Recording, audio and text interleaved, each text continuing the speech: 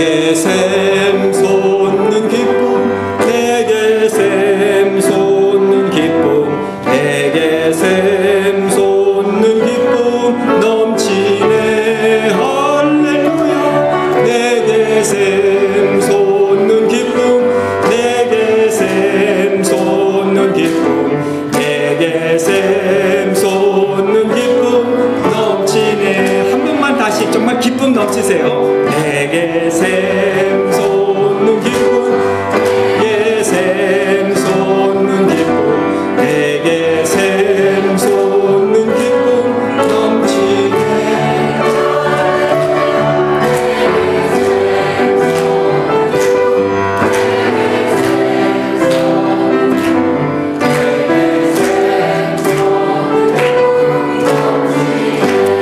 아멘. 우리 요한계시록을 접할 때마다 제 마음속에요, 야, 이건 좀 너무 무섭고 너무 어렵고 너무 힘들고 이해하기 못한다, 너무 깊다, 이제 그런 말씀을 자꾸 제가 이렇게 생각하게 돼요.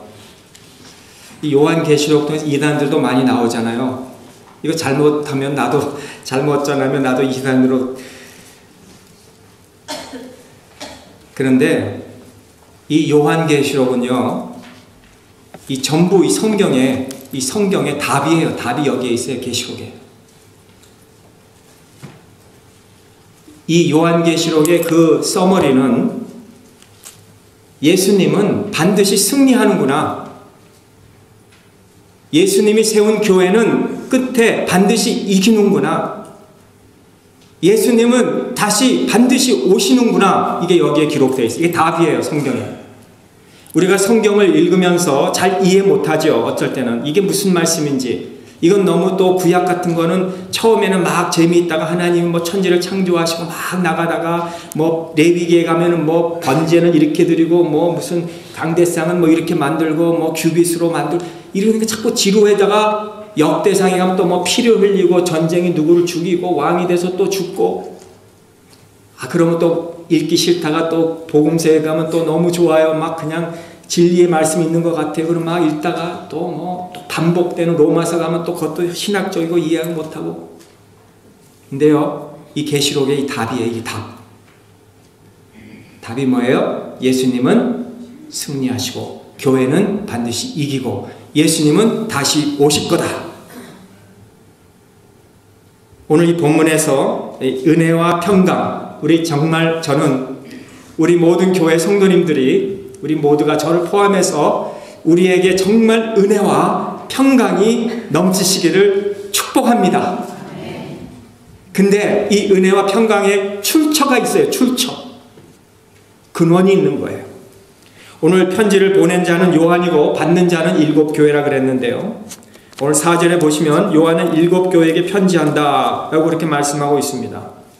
요한이 지금 아시아에 있는 7교회, 지금 터키에 가보시면 그 7교회가 그대로 있어요. 아직도 터도 있고 어떤 땐 벽도 있어요. 거기 다 있어요. 지금 그 7교회가 지금 눈에 똑바로 볼 수 있어요.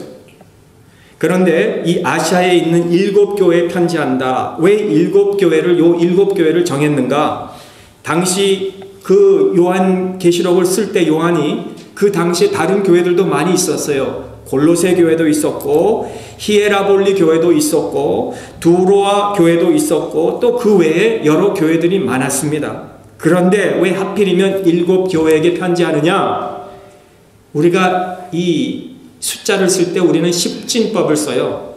1, 2, 3, 0, 1, 2, 3, 4, 5, 6, 7, 8, 9. 그 다음에는 다시 또 0으로 시작해서 10이 가는데 이 히브리 사람들은 7진법을 썼어요. 7진. 그래서 일주일도 7일. 그래서 7일째는 안식일. 7년은 안식년. 희년은 7 곱하기 7, 49년 돼서 50째 되는 해가 신년이었어요. 그래서 7은 완전수예요. 완전수.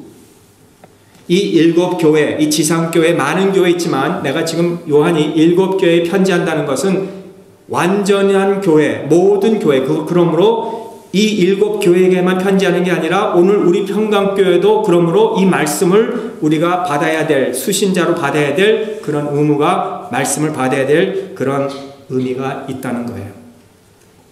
자, 편지한다 그랬는데 이 편지는 주로 양식으로 이렇게 써서 보내는데 이 사도 바울이 쓴 편지에서도 많이 그런 은혜와 평강이 있을지어다고 한 것 같이 여기에도 은혜와 평강이 너에게 있기를 원한다고 서론적에서 말씀하고 있습니다. 요한계시록 1장 11절에는 너 보는 것을 책에 써서 에베소, 서머나, 버가모, 두아디라, 사데, 빌라델피아, 라오디가 일곱 교회에게 보내라 라고 하신 이 말씀을 보면은 예수님의 명령에 따라서 이 편지를 쓴 것이지, 요한 저자가, 사도 요한이 내가 이렇게 이 교회에다가 내가 스스로 쓰고 싶어서 보낸 것이 아니라 예수님이 그렇게 써서 보내라고 명령하신 것이기 때문에 이 명령은 우리가 받아야만 되는 것이지 우리가 선택 여부가 없다는 것을 우리가 오늘 배워야 된다는 거예요. 자, 은혜와 평강의 출처에 대해서 5절 6절에 말씀하고 있는데 어디서부터 오느냐? 은혜와 평강은 어디서부터 오느냐? 첫째, 성부 하나님이라 그랬어요. 이제도 계시고 전에도 있었고 장차 올 자요 전능한 자라 하시더라. 자, 성부 하나님이 바로 이 은혜와 평강의 출처입니다. 하나님은 현재, 과거, 미래 모든 시간의 주인이신 하나님이세요. 보통 우리 시간을 개념을 따질 때는 과거, 그리고 현재, 그리고 앞으로 미래, 우리는 이런 식으로 따질 때가 참 많이 있는데 오늘 사도 요한은 현재를 먼저 했고 그 다음에 과거와 미래를 언급하고 있습니다. 왜 과거와 현재와 미래를 이렇게 언급하지 않아? 요한이 몰라서 그런 게 아니라 신앙은 현재가 중요하다는 거예요. 과거에 우리가 은혜를 받은 적이 있어요. 중생하고 거듭남 때가 있었을 거예요. 과거의 그 감격이 아직도 우리는 잊을 수가 없어요. 내가 처음에 예수님을 만나 그때 정말 내가 하나님 앞에 회개하고 정말 예수님을 만난 그 감격, 그냥 교회만 앉아있어도 눈물이 펑펑 나는 그럴 때가 있어요. 처음에 부르심을 받을 때. 처음에 예를 든다면 우리가 그렇게 신앙생활을 오래 했지만은 내가 처음에 받았던 그 은혜는 우리가 잊어버리지 않아요. 그 목사님의 설교 잊어버리지 않아요. 그 부흥에 참석해서 은혜 받은 거 잊지 않아요. 그 구원의 중색 감격은 오래 가요. 또 우리가 앞으로 미래에 대해서 우리가 소망이 다 있어요. 저와 여러분들은 희망과 소망을 다 가지고 있어요. 그런데 현재는 어떠냐는 거예요. 우리가 오늘 이 앞에서 이 시간에 오늘도 살아서 역사하시는 그 하나님, 오늘도 하나님이 지금 이 시간에 우리와 함께 하시는 그 하나님에 대해서 우리는 그렇게 많이 생각하지 않는다는 거예요. 과거에 받은 은혜에 대해서 우리가 많이 생각하고 거기에 집착하고 기억하고 앞으로 된 소망에 대해서 우리가 많이 의지하고 그리고 생각하고 살고 있지만 지금 계신 하나님, 오늘 이 시간에 우리와 함께 하시는 하나님을 우리가 생각하지 못하고 살 때가 많다는 거예요. 전에도 계신 주님, 앞으로도 오실 주님을 우리가 믿을 수 있는 근거가 어디 있습니까? 오늘 현재, 지금 내가 그 주님을 믿어야 전에도 계신 것도 믿고 앞으로도 오실 것을 믿게 된다는 거예요. 그래서 우리는 신앙은 현재예요. 현재.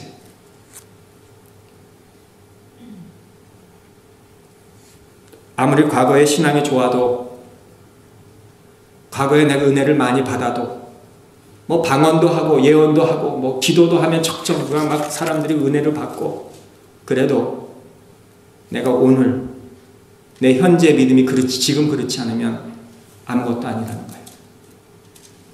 이 은혜와 평강은 출처는 하나님으로부터 오는 거예요. 오늘 우리가 그 하나님 앞에 예배할 때 하나님 나에게 과거에 받았던 그 은혜와 미래의 소망의 그런 은혜를 지금 이 시간에도 나에게 주시기를 기도합니다.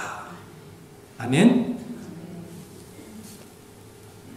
오늘 성령을 우리가 어떻게 표현했습니까? 그 다음에 성령의 출처라 그랬어요. 은혜와 평강의 출처는 성령님이라.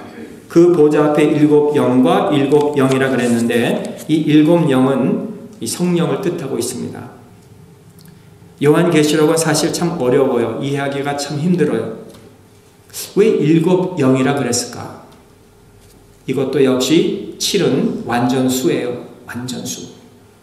성령님은 거룩하시고 완전하신 충만하신 영이다, 그런 뜻이에요. 영은 영인데 어느 한 부분도 부족함이 없는 영이에요. 그래서 7 영으로 표현했어요. 고린도전서 2장 10절 이하에 보면 성령의 영은 하나님의 깊은 곳까지도 아신다 그랬습니다. 이 우주 안에 가득 있습니다. 요한계시록에 보면은 이 성령은 7 영이라고 표현했는데 요한 외에 다른 곳에서 보면은 7 등불 이렇게 표현했어요. 요한계시록 4장 5절 7 등불. 이 등불은 등불인데 이 빛이잖아요. 등불은 비추는데 이 7 등불이라는 것은 다른 빛이 필요 없는 완전한 빛이라. 이 세상에 더 우리는 필요 없는 빛이 그 7 등불이다 할 때 7 등불로 했고, 요한계시록 5장 6절에 가서는 7뿔 7 horns 7뿔은 무엇을 가리키느냐? 권세와 보좌를 상징하는데 성령님은 완전한 권세를 의미하고 하나님의 보좌 앞에서 완전한 주권을 가지고 있다는 것으로 성령을 그렇게 표현을 했어요. 또 요한계시록 5장 6절에는 7 눈 그렇게 했어요. 7 eyes 7 눈, 한 눈이 아니라 7 눈을 가진 것인데 이 성령은 우리의 숨은 곳까지도 감찰하시는 영이라는 거예요.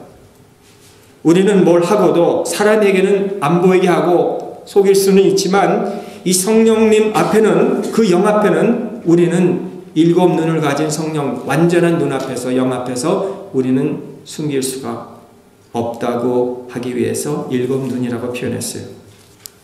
오늘 사도 요한이 하늘 보좌에 있는 세계를 보고 지금 이 교회에다가 편지하는 이 놀라운 중심 메시지를 우리가 오늘 봐야 하는데, 하나님의 이 영은 참으로 위대하시다는 것. 그 위대하신 성령님을 통해서 은혜와 평강이 우리에게 임하는 거예요. 이사야 11장 2절 지혜의 영, 요한복음 6장 13절 살리는 영, 요한복음 16장 13절 진리의 영, 로마서 1장 14절 성결의 영, 1장 4절 성결의 영, 로마서 8장 15절 양자의 영, 히브리서 9장 14절 영원한 영, 히브리서 10장 29절 은혜의 영, 이렇게 또 다른 7가지로 성령, 영을 그렇게 표현을 했습니다. 성령님을 통해서 저와 여러분들에게 은혜와 평강이 넘치시기를 축복합니다. 또 다음 세 번째는 은혜와 평강의 출처는 성자 하나님으로부터 온다 그랬어요. 5절에 또 충성된 증인으로, 이 말이 바로 예수님에 대해서 말씀해. 성자. 예수님은 어떤 직분을 가지셨습니까? 선지자의 직분을 가지셨어요. 이 선지자는 누구냐? 프로펫은 누구냐? 하나님의 말씀을 그대로 백성들에게 전하는 거예요. 그래서 증인이라 그랬어요. 증인의 직분. 이 선지자는 하나님의 말씀을 그냥 받은 대로 가감 없이 전하는 자가 선지자입니다. 받은 것 없이는 아무것도 전할 수 없고, 받은 것은 생명이 위험하더라도 전하는 거예요. 그게 바로 우리 나단 선지자를 통해서 볼 수 있어요. 이 나단 선지자가 이 왕, 다윗 왕 앞에 가서 당신이 바로 그 사람이다 라고 전할 수 있었던 것은, 만약에 왕이 이런 선지자 하나는 그냥 목을 날아가게 할 수 있는 쉬운 힘을 가지고 있었는데, 그런데 하나님으로부터 계시를 받았으니까 과감 없이 나단 선지자가 전했다는 거예요. 하나님이 가서 일르라. 받았으니까 전한다 이거예요. 그 다음에 예수님을 뭐라고 표현했습니까? 선지자가 외에 죽은 자 가운데서 먼저 나신 자 그랬어요. 이것은 제사장 직분을 가리키고 있어요. 우리 예수님은 선지자뿐만 아니라 제사장직을 가지고 있어요.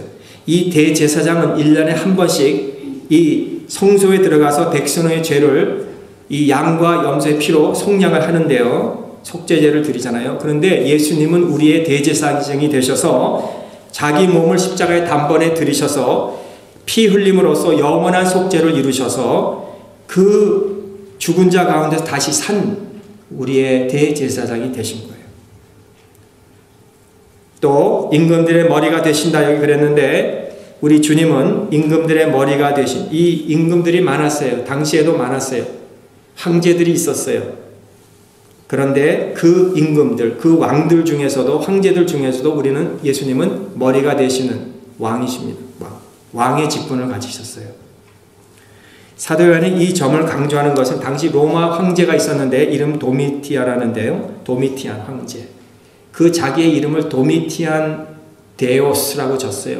내가 하나님이다. 그러니까 다른 하나님을 믿으면 죽음을 당한. 크리스찬들이 죽임을 당한 이유가 내가 하나님인데, 도미티안 황제가 내가 하나님인데 나를 섬기지 않고 하나님을 섬기는 자들을 다 죽여버렸어요.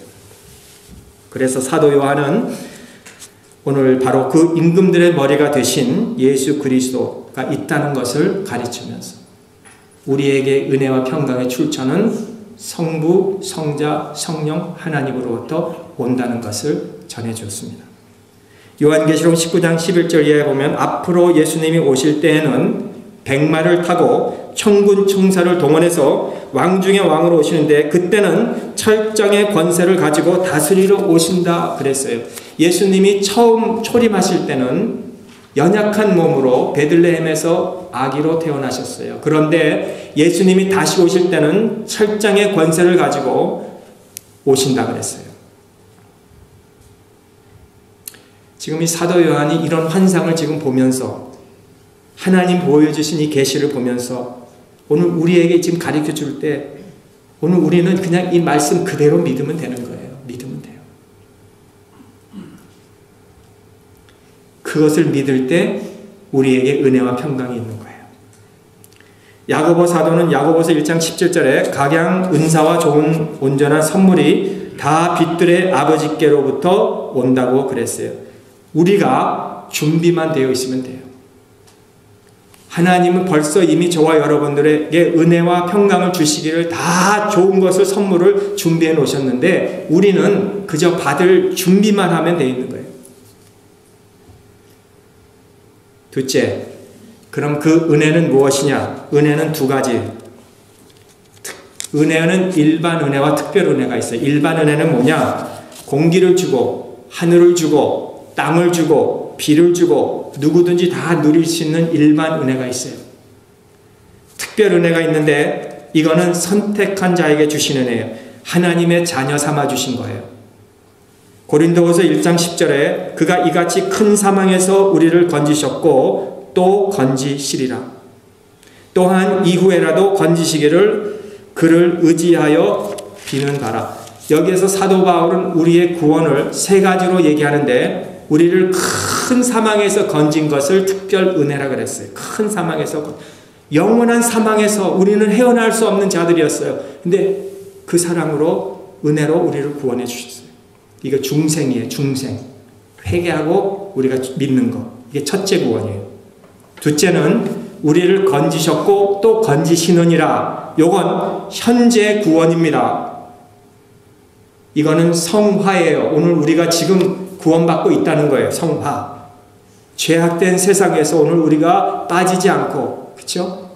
오늘 우리가 그 구원을 지금 계속 우리를 하고 계시는 거예요. 그 다음에 세 번째는 미래의 구원이에요. 우리 미래의 구원은 과거에 구원이 중생이고 현재의 구원은 성화라면 미래의 구원은 뭘까요? 영화예요. 영화. 영화.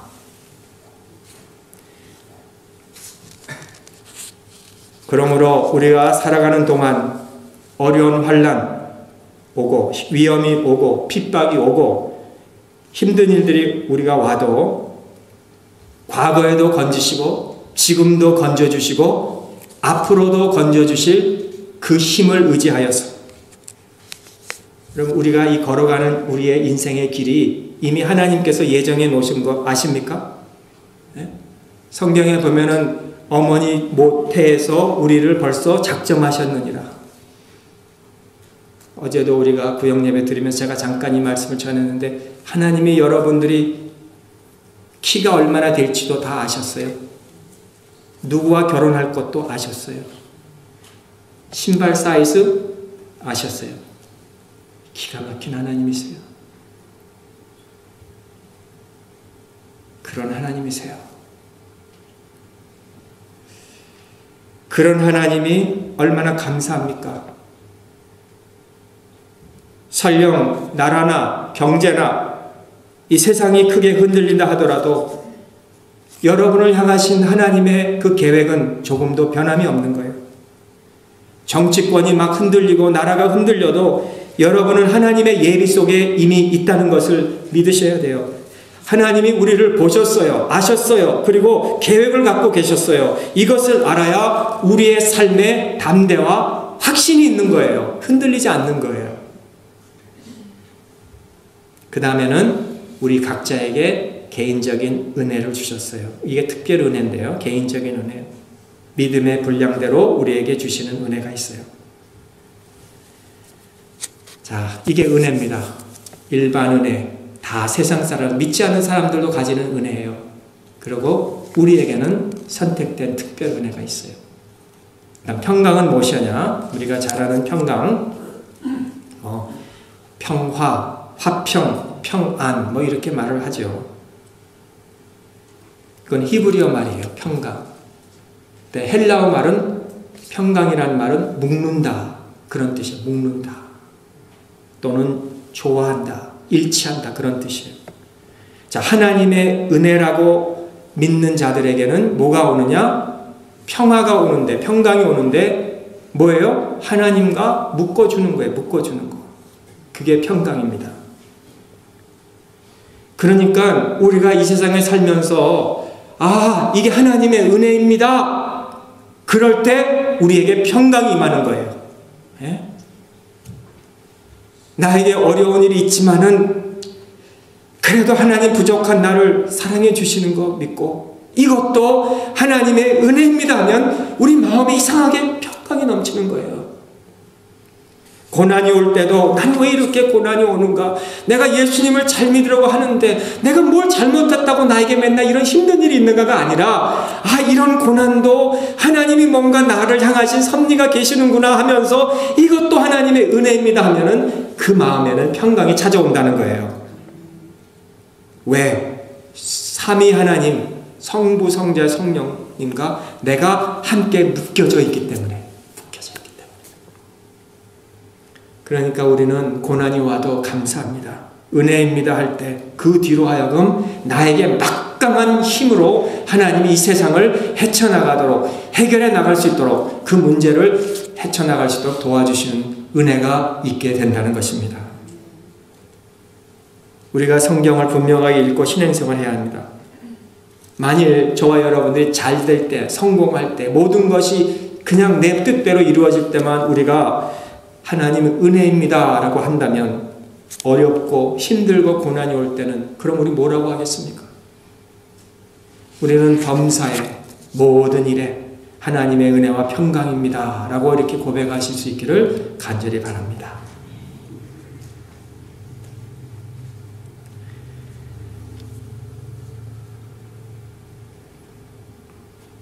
자, 여기 보시면 우리를 사랑하사 그의 피로 우리의 죄에서 해방하셨다 그랬습니다. 여기 십자가의 사랑을 이야기하고 있죠. 또 그 아버지 하나님을 위하여 나라와 제사장으로 삼으신 그에게 우리를 나라와 제사장으로 삼으셨다고 합니다. 특권을 가리키고 있습니다.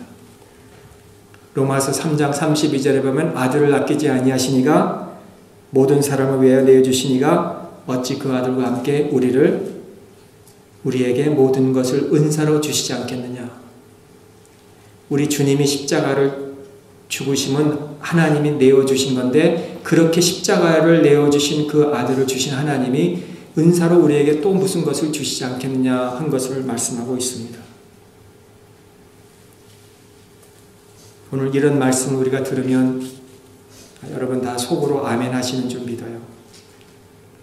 하나님은 독생자 예수 아들을 십자가에 죽이시기까지 주셨고 또 그 외에 모든 것을 은사로 주실 거다라고 그런 말씀을 들을 때 우리는 아멘해요. 그리고 이런 하나님을 향해서 그에게 영광과 능력이 세세토록 있기를 원하노라. 아멘. 그렇게 말하고 있어요. 한마디로 찬양을 돌린다는 거죠. 호흡이 있는 자마다 여호와께 찬양하라. 시편 150편 6절 마지막 절, 마지막 시편.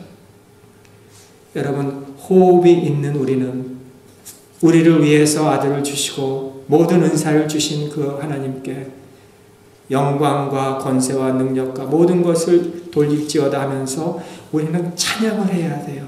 찬양을. 제가 우리 교회에 이렇게 예배 11시 15분에 예배가 시작하기 전에 찬양하는데 참 찬양을 잘 불러요. 그런데 자꾸 시간이 좀 더 늦어지는 것 같고 예배 시작이 점점 이렇게 11시 반에 한다니까 자꾸 안 들어오고. 제가 왜 이 말씀을 드리냐, 찬양은 나를 위해서 드리는 게 아니에요. 하나님께 올려드리는 건데. 그리고 여기에 찬양에 대해 좀 이따 말씀드리고, 아멘이라는 이 말은 신구약 성경을 통해서 87번이 나오는 거 아시죠? 아멘. 요 아멘이란 뜻이 무엇입니까? 이거 참 중요한데요. 우리 신앙생활 하면서 이거 뜻도 모르고 그냥 아멘 하는데, 우리 찬양대 아멘이란 뜻이 뭐예요? 예? 역시 권사님이 대표로 해주셨어요. 동의합니다. 아셨습니까, 여기?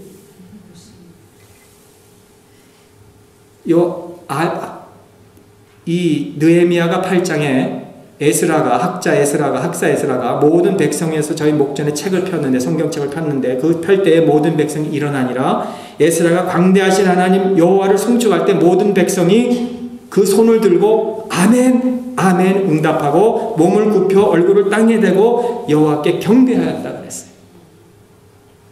요 하나님은 말씀을 들을 때 모든 백성들이 아멘 아멘으로 대답을 했다는 거예요. 오늘 장로님이 기도해 주실 때 우리가 아멘 아멘으로 우리가 화답하는 거예요. 무슨 말이에요? 동의한다는 거예요. 진실로 그렇다는 거예요. 그러니까 여러분들이 하나님 말씀을 들을 때마다 그 말씀이 그대로 되기를 동의합니다. 믿습니다. 이렇게 동의할 때 아멘이라는 말을 쓰는 거예요. 아멘은 무슨 순복음교회만 하는 것이고 무슨 신비주의적인 사람들만 하는 것이 아니라 아멘은 하나님 말씀을 믿고 동의하는 자들이 하는 거예요. 우리가 장로교도 해야 돼요. 그래서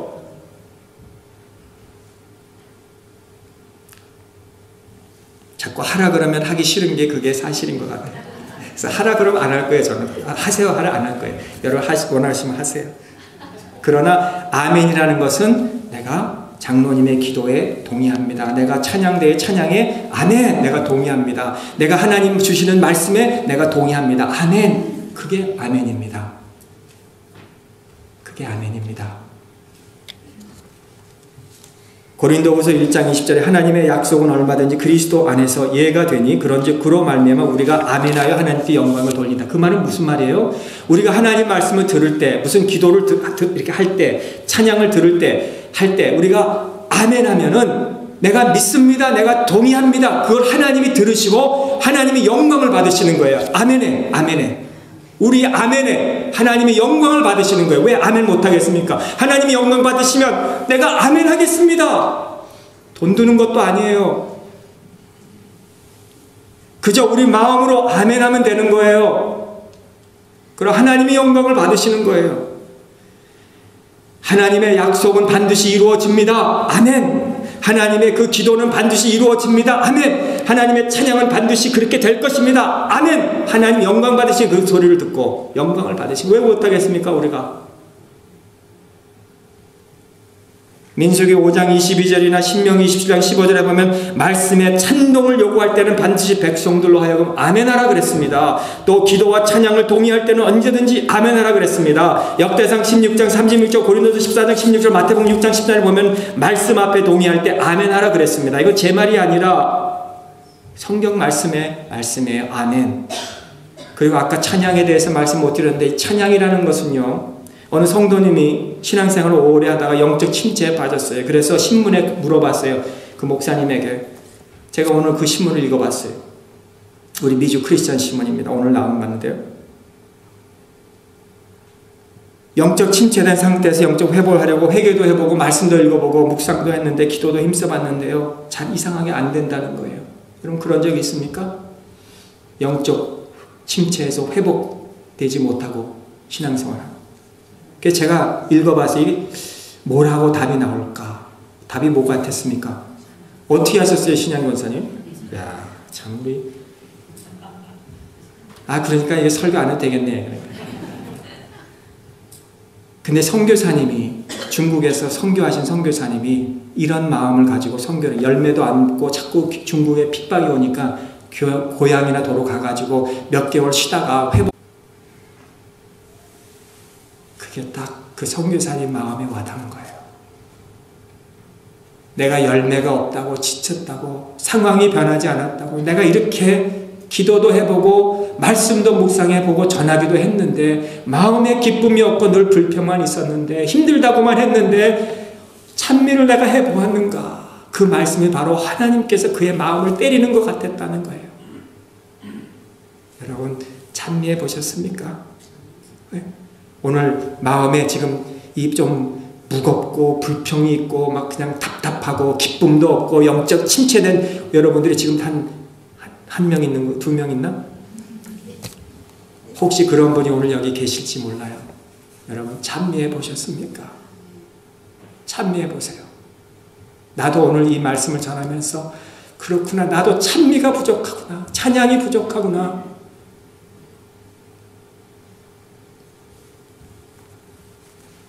그래서 다시 가서 선교지에 가서 이 중국 선교사님이 찬미해야 하나님이 역사한다고 선포했더니 다들 성도님들이 찬미하기 시작했더니 거기에 성령의 역사가 일어나가지고 막 문제도 해결되고 놀라운 역사가 일어났대요. 성도 여러분 찬양하세요. 찬양하세요. 빌립보 감옥에서 기도와 찬양했던 바울과 실라가 그런 마음으로 한번 빌립보 감옥에서도 찬양해 보세요. 독일의 마르틴 루터가 종교개혁 운동을 할 때 어려움이 부닥치니까 그 친구들, 동역자들, 함께 도왔던 자들이 하나하나씩 떠나가는 거예요. 그때의 루터는 마지막 그의 친구 멜랑톤에게 시편 46번을 노래하세, 하나님은 우리의 피난처이세, 도움이세 라고 하면서 친구에게 시를 써서 보냈다는 거예요. 찬송의 상송은 능력을 회복하고 영적 침체에서 벗어나는 그런 힘이 있다는 것을 기억하시고, 우리가 늘 찬송의 제사를 하나님께 드리시는 여러분 되시기를 바랍니다. 오늘 미국 교회가 많이 이렇게 침체되어 가고 있는 것을 우리가 조금 느끼죠. 왜 그러냐? 아멘이 없고 찬양이 부족해요. 우리가 아멘을 활력 있게 화답하고 찬송을 활력 있게 하나님 앞에 부르면 놀라운 부흥을 하나님께서 일으켜 주실 줄 믿습니다. 7절 볼지어다 구름 타고 오시리라. 각인의 눈이 그를 보겠고 찌른 자들도 볼고 땅에 있는 모든 족속이 그를 인하여 애곡하리라. 그러하리라. 아멘. 여기에 7절에 요한계시록의 주제예요. 요한계시록의 전체 주제는 오늘 7절에 있어요. 요 7절에 1장 7절. 다시 오실 자. 예수님은 다시 오세요. 구름 타고 올라가신 예수님을 제자들이 그냥 멍하게 쳐다보고 있을 때 천사들이 어찌하여 이렇게 쳐다만 보고 있느냐? 구름 타고 올라가신 예수는 너희들이 본 그대로 오시리라. 구름 타고 오시리라. 그때는 찌른 자, 못을 찌르고 발에 못을 박은 자 애통할 거예요. 십자가의 상에서 예수님을 모른다고 하던 자, 믿지 않는 자 다 그들은 애통을 할 거예요. 왜? 다 이제는 무덤에서 일어날 것이니까. 예수님을 핍박하고 교회를 핍박하고 믿지 않았던 자 다 볼 거예요. 다 볼 거예요. 땅에 있는 모든 족속이 우리가 미국에 있든지 중국에 있든지 저 반대편에 있든지 우리는 다 예수님이 구름 타고 오실 때는 다 볼 거예요. 다 볼 거예요. 믿지 않는 자, 찌른 자, 회개하지 않던 한 자는 어찌할꼬 한탄하고 고통스럽고 애곡할 것이지만 우리 믿는 성도들은 기쁨으로 우리 주님을 볼 거예요. 그러하리라. 아멘. 오늘 사도 요한은 그러하리라. 그러하리라. 요 말은 그니라는 헬라어고 아멘은 히브리 말로 아까도 말씀드렸죠. 동의합니다. 그리하리라. 요거 그렇게 될 것이다. 요것도 부족해서 헬라어가 부족해서 또 히브리어로 아멘 또 그랬어요. 뭐예요? 그렇게 될 것입니다. 그렇게 될 것입니다. 아멘. 아멘. 분명히 예수님이 오실 것입니다. 주님의 재림이 온다는 사실을 사도 요한이 전한 거예요. 그렇게 될 것이라고. 저는 이 말씀을 묵상하면서 마음이 뜨거워졌어요.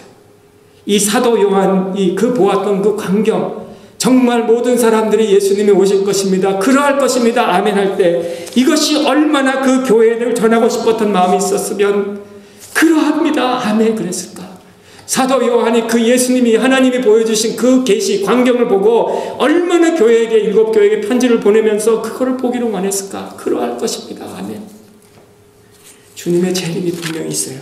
왜? 오늘 사도 요한을 통해서 우리 교회에게 주셨기 때문에. 언제인지 몰라요. 언제 오실지는 몰라요. 그러나 오늘 확신을 가지고 우리 내세 소망을 가지고 잠깐 사는 이 세상에서 너무 우리 미련을 두지 말고 반드시 오실 주님을 인하여 확신을 가지고 오늘 주님이 교회에 나온 여러분들이 이 말씀을 오늘 붙잡고 남은 생애를 확신을 가지고 우리가 살 수 있기를 주님의 이름으로 축복합니다. 우리 기도하겠습니다. 거룩하신 하나님 아버지, 오늘 하나님 앞에 나와서 귀한 우리 예배를 드리고 말씀을 들었습니다.